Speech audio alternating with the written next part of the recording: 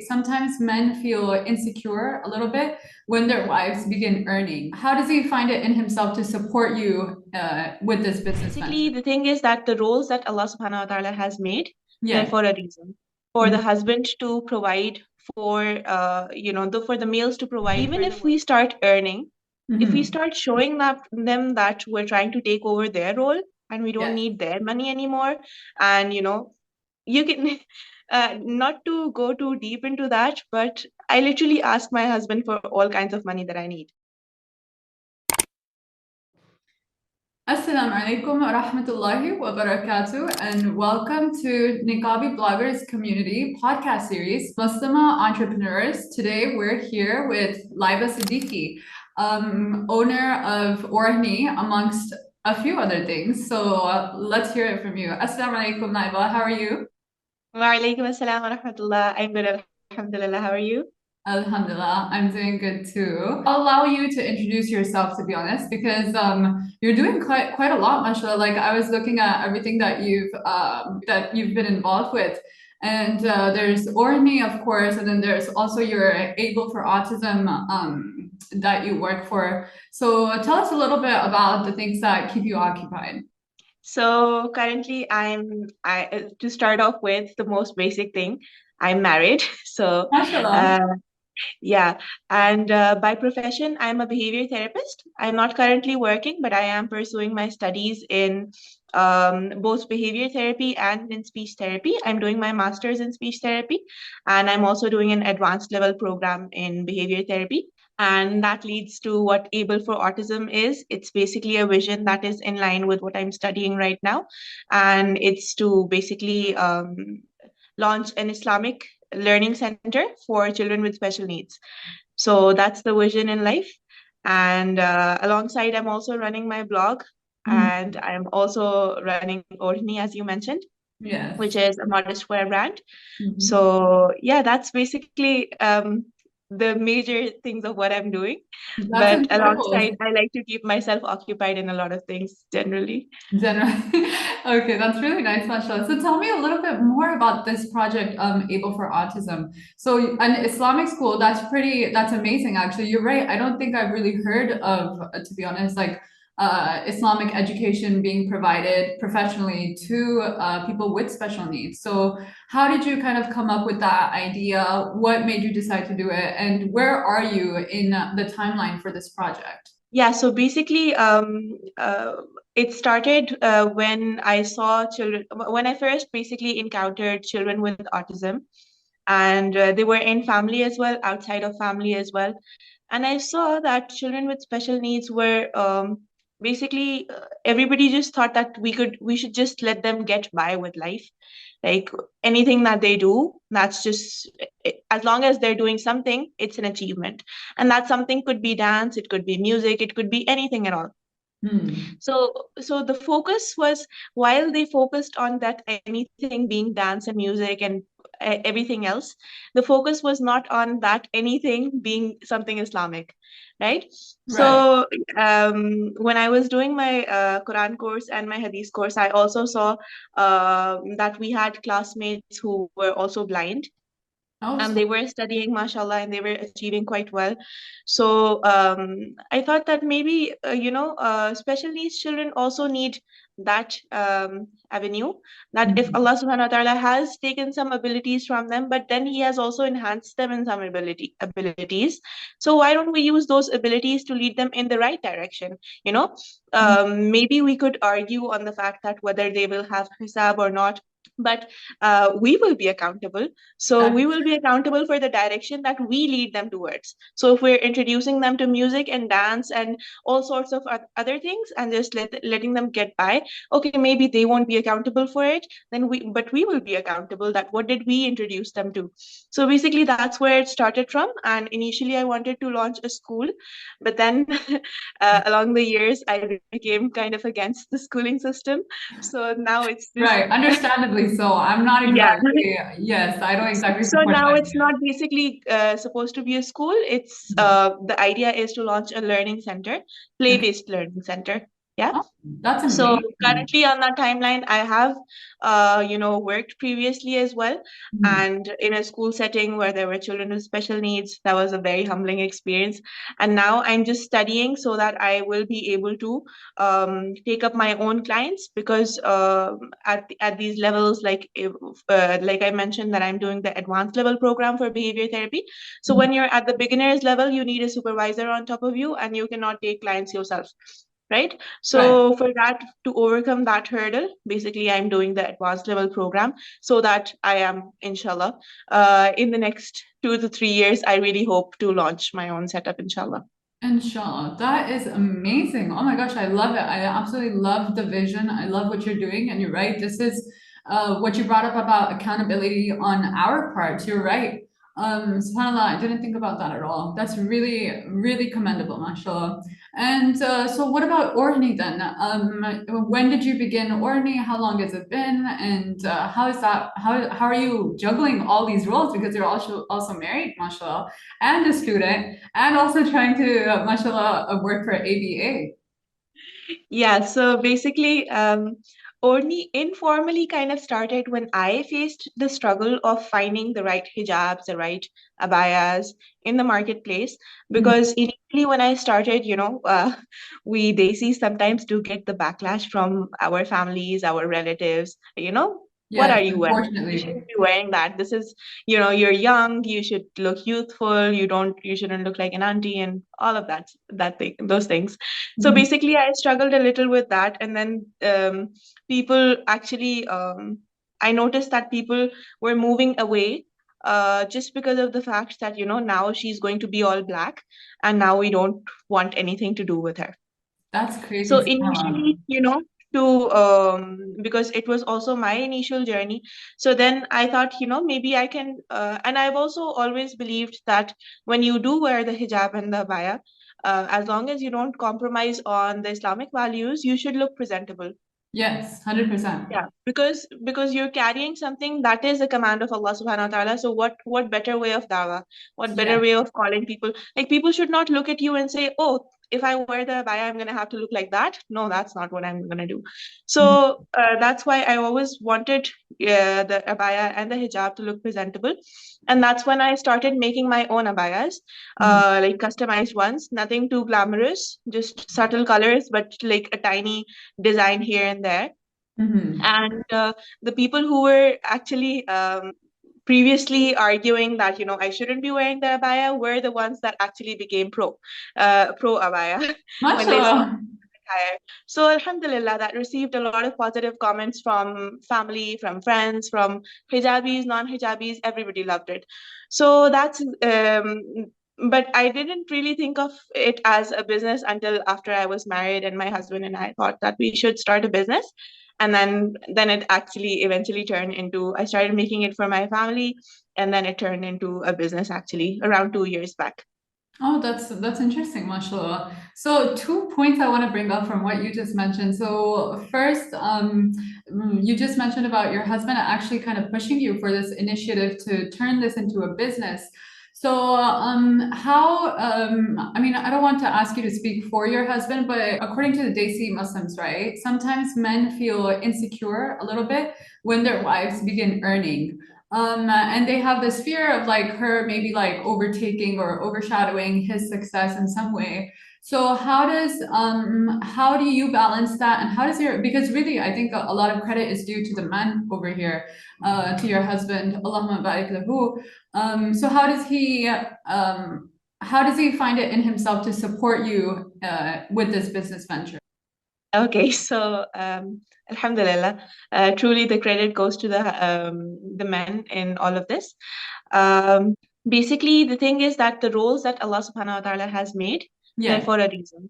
For Mhm. the husband to provide for, for the males to provide for the women, for the protection, for everything.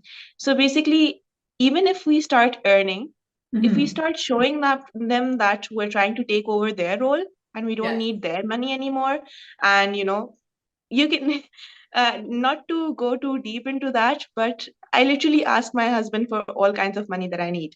whether it's something very small, like in hundreds or in thousands, whatever. Right. I ask him because that's a responsibility that Allah subhanahu wa ta'ala has given to him, and it serves the male ego, and it Yes. serves the male personality when Yes. they are asked for that, actually. So when women Right. start earning, if they show that they're self-sufficient now Mhm. and that they don't need anything from the man, then that's where I think the problem arises. And if you keep your earning and their earning, if it's according to the rules that Allah subhanahu wa ta'ala has provided, then I Mhm. don't think it should be an issue. That's wonderful. Yes, 100%. I agree. And I like that practical step that you kind of mentioned where you still, even if it's something small, like, you just got groceries or a delivery comes by and you go to your husband and you go like, oh, can I have like this much, basically? That does feed Yeah, into his exactly. role. You're right, Because it's not 100%. like I don't have money, but it's money that, Allah subhanahu wa ta'ala has made him owe to me. So Yes, even if it's like something that basic, yes. the rules that Allah has made are for a reason. Wonderful. MashaAllah. Allahumma barik lakum. That's beautiful. And the other thing that you mentioned that I wanted to ask you about is, so you mentioned these designs, mashallah. And you mentioned actually that they're pretty simple. I love that. And I agree, especially what you said about like you are presenting yourself with a verse of the Quran, basically. Like this is a huge part of Islam. And so I grew up in a non-Muslim country, right? I grew up in America. And I think over there, especially, I would feel this a lot actually, because you are representing yourself now. You're representing Islam, actually. You're carrying Islam on your shoulders to all of these non Muslims. So it's definitely a big responsibility. And I relate a lot to what you said about how you have to make it. You actually have to go then a step beyond the average person, basically, because you have to show extra care, extra mannerisms, because you don't want to provide any kind of negative image to Islam, basically, or any part of Islam, whether that be hijab or anything else, actually. So I definitely relate a lot to that. So the running a clothing business, right? You said that you don't do any like flashy to anything too glam, basically. So I want to ask you, because in Islam we have that concept of not showing off the zenith of a woman, right? So when Shaitan comes to you sometimes, because obviously he's always coming to every one of us, right? When he comes to you and he says, "Oh, you know what would really profit your business if you made these fancier abayas, or if you made abayas with maybe belts around the waist. Girls love that these days, or he says that, oh, why don't you use models that maybe show some of their hair, or models that dress in this way, but still modest, still showcasing your abaya, but not exactly the way that Allah has commanded women to be." How do you tackle those whispers of shaitan? Okay, so that's actually a very scary question because Shaitan can come to you at any time. But Yes. Alhamdulillah, there hasn't been a single moment where I would think that perhaps this ad would be better with music in it, because Alhamdulillah. I feel that, and even the part that you mentioned where we add glamour, and may Allah forgive us, we do sometimes tend to go a little bit overboard thinking that this is the normal that there should be. But coming back to what Orhni actually is, so Orhni, it's basically, I call it a modest wear brand because it caters to modest wear at all levels of Mhm. anybody's modest wear journey, I right? So it could be starting from basically just loose clothing that's printed, that's colorful, that's vibrant. It could Mhm. start with that all the way up to the niqab and the jilbab and everything, right? So Orhni caters to all of that. But then again, we do believe in not showing any skin, in not making anything that's fitted, no belts. That would, even if we model something with belts, we make sure that they're loose.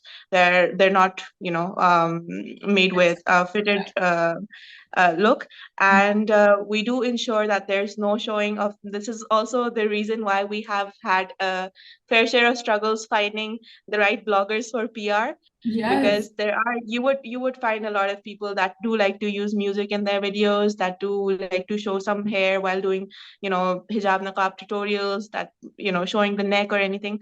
Right. But basically Exactly. the thing is that if you are selling, and Mhm. it's not just related to modest wear actually, but I think the responsibility lies more on modest wear because it is a command of Allah subhanahu wa ta'ala.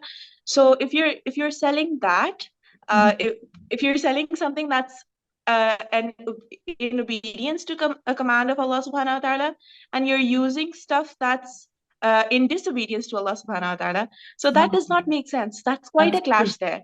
Subhanallah. Like you're selling a hijab with music in the background. That does not make sense at all. It does not matter whether you're addicted to music or whether you're not addicted to music. Just that thing there, it would be like reading the Quran while standing in a concert. That would be the same thing, right? Subhanallah, So yeah. that clash just, yeah, it's just not understandable. It does not make sense. So alhamdulillah, we have tried our level best so far that even if we get it modeled from somebody else, I do like to give, be a little, I don't know, annoying there, telling them that, make sure your arms don't show and make sure that doesn't show and this doesn't show and you wear the hijab properly and stuff. Right. So yeah.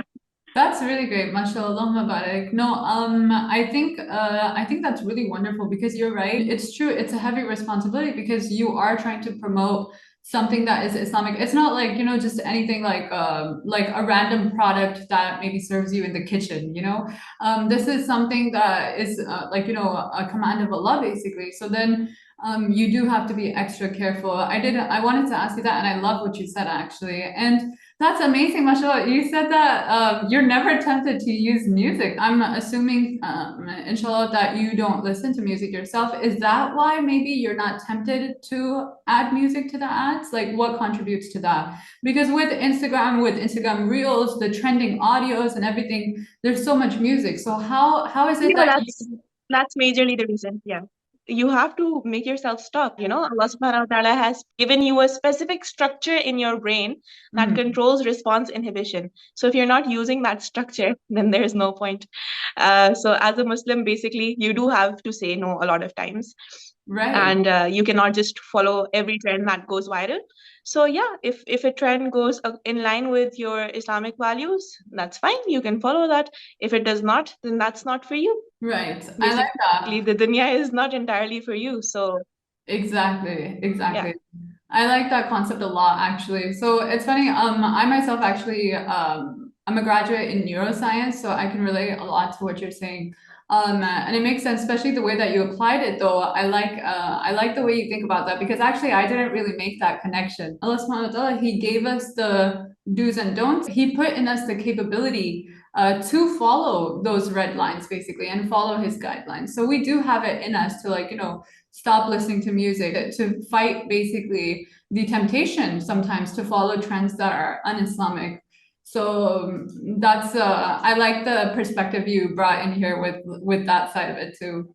Another thing I wanted to ask you was so with running a business, right? Did you find have you found it to be more beneficial than, for example, like a job per se? Like, people, I think, especially right now with the economy and with Pakistan as a third world country, job salaries are really difficult to just get by with, right? So would you say that entrepreneurship and running a business basically, is that something you recommend? Do you see it as more beneficial, and especially for women? What would you say? I do recommend that, totally recommend that. The reason is because for women specifically, you don't find the right place for doing a job as well. And you have to take care of a lot of things and see a lot of things that whether they are suitable for you or not. And then again, like you mentioned, the pay scale, it's extremely low. It's embarrassingly low. So yeah, running a business, if you actually give it your all time and focus, then it's actually very comfortable. And especially, you see women entrepreneurs everywhere. And especially when we set up stalls at exhibitions, we get to meet a lot of different women entrepreneurs. So they're running all kinds of business just from their home. So it could go from, baking and cooking to all the way up to, some crafts or frames or whatever their jewelry that they're making, So, they're making all sorts of things from their home. So that's, I think, from the comfort of one's home, if you're getting to do, business like that, that's, totally recommendable. Yeah, definitely. So there's this idea, right? Like, because with Western Muslims, often just people in the West in general, they feel like there's no opportunities in countries like Pakistan, especially for women, right? And this becomes a barrier oftentimes for women to want to come here, to be honest, because they feel like, oh, there's no job opportunities, oh, there's no like, earning money is so hard and all this stuff. So do you think there's any truth to that? Because you're saying that, mashallah, these exhibitions that you've been to, there's women working and providing for their homes, basically, from home themselves as well. So how do you agree that there might be some truth to that, or do you think that this is a negative image that we've kind of painted for ourselves in a way? I think we complain more than the reality is, Mhm. and there might be, a tiny bit of truth to it. Maybe like, the kind of challenges that we all face. It Mhm. could be during our jobs as well. It could be, if you compare the kind of challenges that we face during jobs or the kind of challenges that we face being in a non-Muslim country, Right. or the kind of challenges that we actually face during a business. So challenges are a part of every life, but then it depends on us what we associate it with. So Right. if we develop that thinking that this is just because, because doing business for women is really hard, and the men are taking over everything, and if you want to take your thinking in that direction, then that's completely your choice. But I don't think that's the truth. So you would say that the experiences that you've had, because of course there's ups and downs in every entrepreneur's journey, right? So the downs maybe that you've had with running a business, they're across the board, maybe applicable to anybody running a business, not so much a woman running a business. Is that true? Yeah, of course, that's true.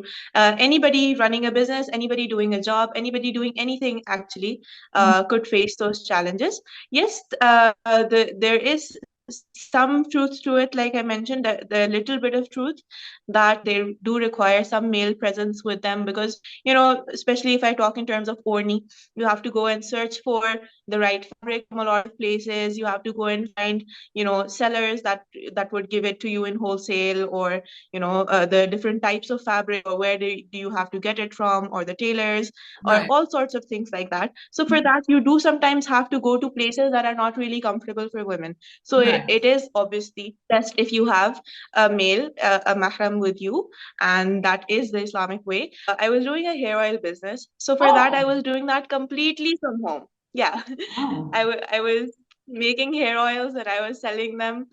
They were actually really beneficial, and I was doing that entirely from home, and no visit to marketplaces. I knew a seller that would just have them delivered. So that's basically how you choose according to the circumstances that you have available. Okay, so you started like this other business, mashallah, and then but now you're this. So with Orhni, did you how long did that take to happen basically? It started off as a really, kind of like a side hustle. two Right. years back. And, I mentioned being a student and everything else that I'm doing. So, Right. to be honest, I wasn't really able to give it my full focus. I see. So, yeah, I did imagine that Orhni would be in a much better place than it is right now. But that's completely fine, because everybody gets according to their circumstance. So yeah, and along with the team, I do see Orhni going towards more success, and we basically requires time. So if you give it time, then it gives you the fruit as well. So yeah. So so you've mentioned kind of like about like obviously time commitments and obviously it takes you're right it's a lot of hard work. How are you balancing it then right now with everything that you're doing and then obviously being a wife, being a like obviously having to take care of a home. How do you balance these different roles? Uh, I don't have an answer to that. You're still Because figuring it out. yeah, so basically, when you have a responsibility, then somehow you do manage it. I don't know, that that comes from Allah. I really don't have an answer to that, because I do sometimes think, because in the future, as I mentioned, able for autism. So in the future, I do have to work as well. So I do sometimes think, currently I'm having so much difficulty managing all of these things. If I introduce something else into my life, then how will I manage that as well? But then somebody mentioned something really beautiful to me, that when Allah subhanahu wa ta'ala puts things in your life, then he also gives you the strength and also the time, and he makes space for everything. Everything just falls into place. So That's the true. responsibilities that you have, it's not like everything's, just going here and there. You do get the strength from Allah subhanahu wa ta'ala to manage it. And also, like I was speaking to a life coach recently, and she mentioned that you could, a great way for managing everything and, to not feel overwhelmed by everything is to make your prayer time your anchor. So like ships have an anchor, and that's when it's their resting time.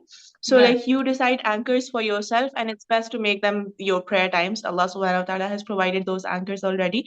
So like you make them actually your resting time, and you make yourself completely relaxed and completely, cut off from all of the things, all of the responsibilities during that time. And Right. that actually gives you a lot of energy to get back to the responsibilities that you have. I like that. So I like that everybody a needs lot. those anchors in life. So the Yeah. more responsibilities that you have, the more anchors you need. I see, subhanAllah. And look at that, like subhanAllah, look at the beauty of the deen. Allah gave us 5 anchors in a single day, where 5 times a day we get to stop, we get to pause, and we get to just sit down and pray and just really turn away from everything that's buzzing in our heads all day, basically, and just commit to the peace of salah. I myself, you're right. There's just so many different roles that we play as women, right? And I'm a mother of 2 little ones as well. So I think especially, oh my gosh, my prayers have really suffered quite the blow with the little kids. But I think that perspective of thinking of your prayers as your anchors and really giving it that importance then can do wonders for your life and your mental health, actually. Yes, that's true.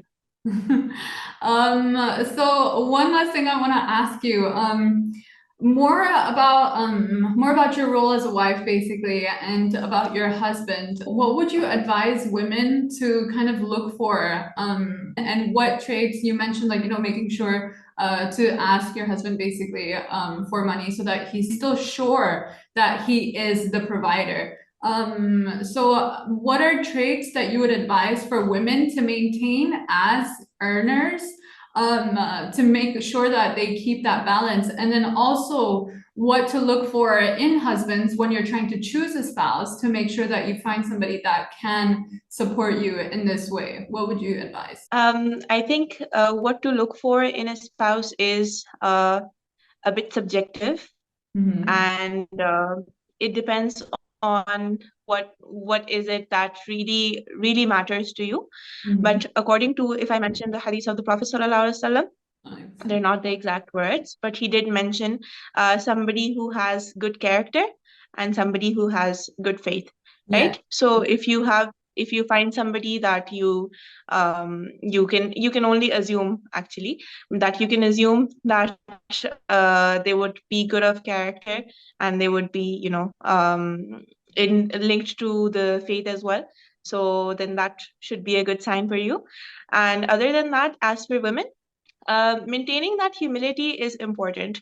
Like I know that once we do start earning, we do start thinking of ourselves as self-sufficient, but just maintaining that balance, and at the end of the day, just knowing that you have a role that has been provided by Allah subhanahu wa ta'ala to you already. So you do not have to make a separate role for yourself. You do not have to give yourself a separate high ranking.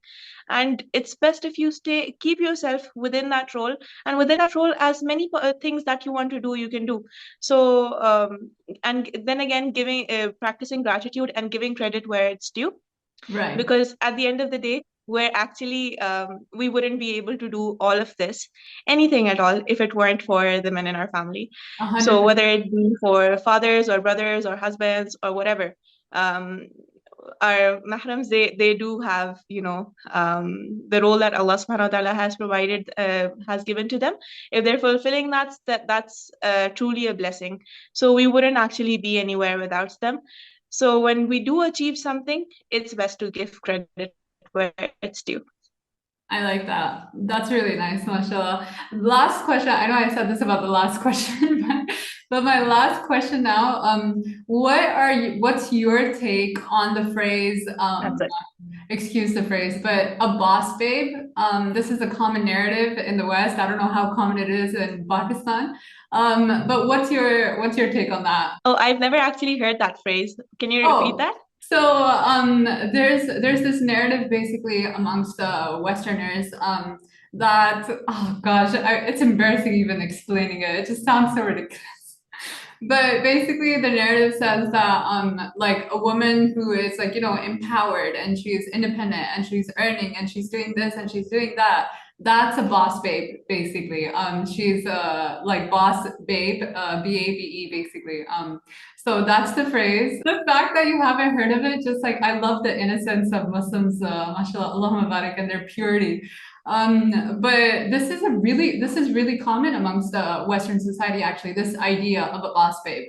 So how do you what would you advise to maybe women that fall into this trap? Because even so many Muslim women in the West, they fall into this kind of mentality of a boss babe mentality where they want to be this, they want to achieve this. So how would you advise them to maybe keep in touch with like their femininity and their natural role as women? Yeah. So I was mentioning that you have to have, the right company, because I myself do follow brands that actually are doing a lot better, I think, than Orhni in terms of keeping the abaya and hijab closer to what the Islamic concept of modesty is. So I do keep myself in touch with those as well, and I keep this in my head that this is my goal, and if I'm not there yet, I do have to keep moving towards that, or that it also keeps me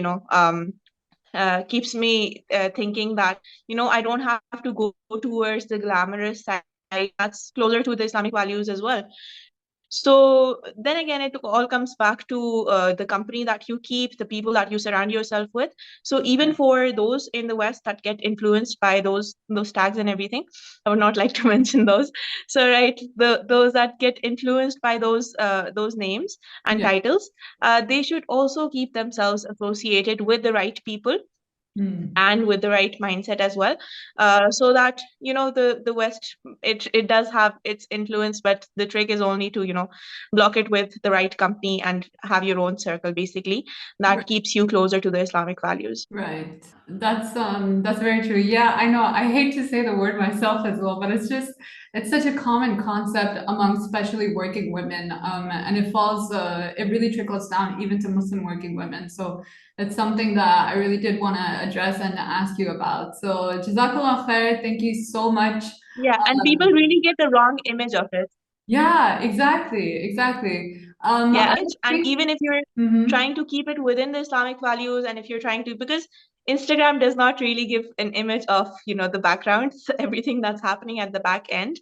So people see you and people think, oh, that's kind of like, boss lady is a term that is used here. So like, she's in charge of everything. She's in control of everything. So people take that image and they internalize it, and they just assume that I have to be that person.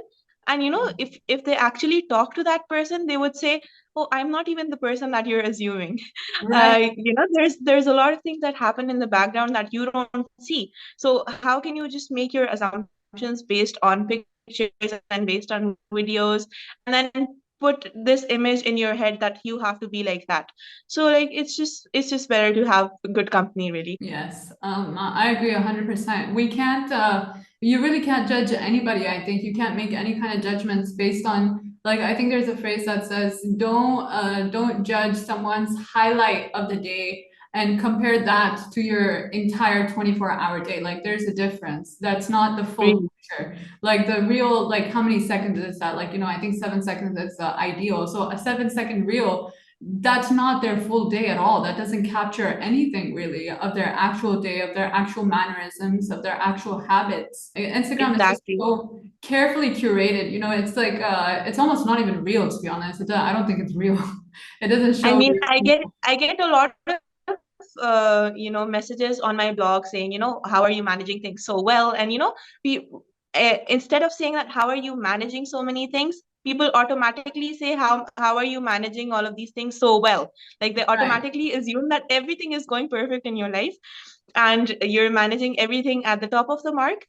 And, you don't know about if I'm posting my products on Oorhni, let's suppose. So you don't get to know about exhibitions that I've had when I have had zero sales.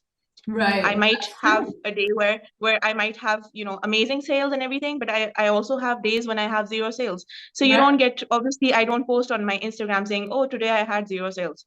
Right? So you don't get to see that part. So it's best to just not assume based on social media.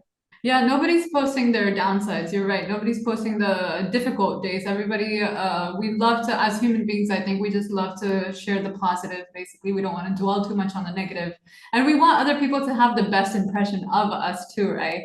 But sometimes, but again, that you should take that with a grain of salt and recognize that this isn't the full reality. True. All right, Jazakallah khair. Thank you so much, Laebah. This was honestly incredible. I had a wonderful time. I could keep going. I would love to talk to you again, inshallah. Maybe in the future, we might do something else. But thank you for your time and for all the wonderful advice and just the incredible insights, basically, that you provided. Jazakallah khair. Jazakallah khairan. It was a pleasure talking to you, and it was a pleasure being here as well. All right. Assalamu alaikum wa rahmatullahi wa barakatuh.